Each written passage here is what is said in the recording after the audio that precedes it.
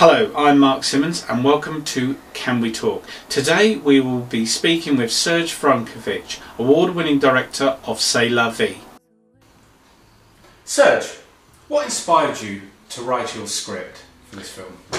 Just as with pretty much any other script, first I get a image or two in my head. In this case it was a young woman sitting by the lake with a credit card in her hands trying to snap it. And I took that image and I'm trying to figure out what to do with it next. So that was the first inspiration, that image I saw, and then I developed it into a short script. How long did it take to write? It took me literally nothing, like 3 days to write. However, it took about a couple of months of rewrites to get it where I want it to be. How did you find the soul of the characters in the film?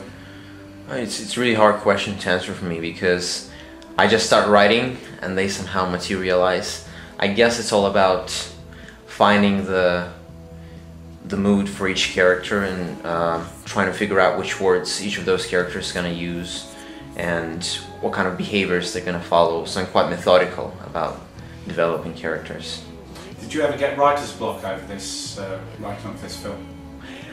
No, I don't really get writer's block at all. The reason I don't is because I never write every day, without a break, every year, every month, every week. What I do is that I work in phases because I also, direct, produce.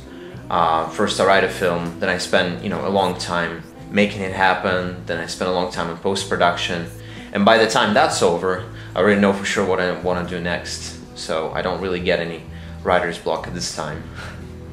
Do you sometimes write with an actor in mind, like a muse, or do you just concentrate solely on the idea? I sometimes write with the type of character in mind. For example, one of my characters in Investigation, called Andy, he's a quite creepy guy, but he has to come off as charming.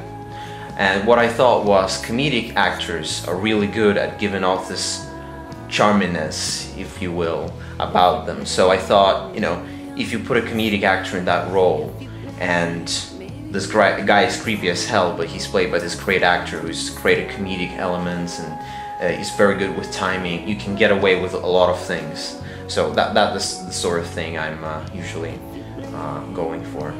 Any advice for someone who wants to write a low-budget script? Use as little locations as possible, complicated locations. For example, I made this mistake on this film is because when, the interior location we used, we had to redo the whole room, we had to paint the walls, we had to put the furniture, and that costs a lot of money. So the simpler your script is, the less things that are in it that would cost money, the more likely it is that you will get the film made. Serge, thank you very much. Thank you.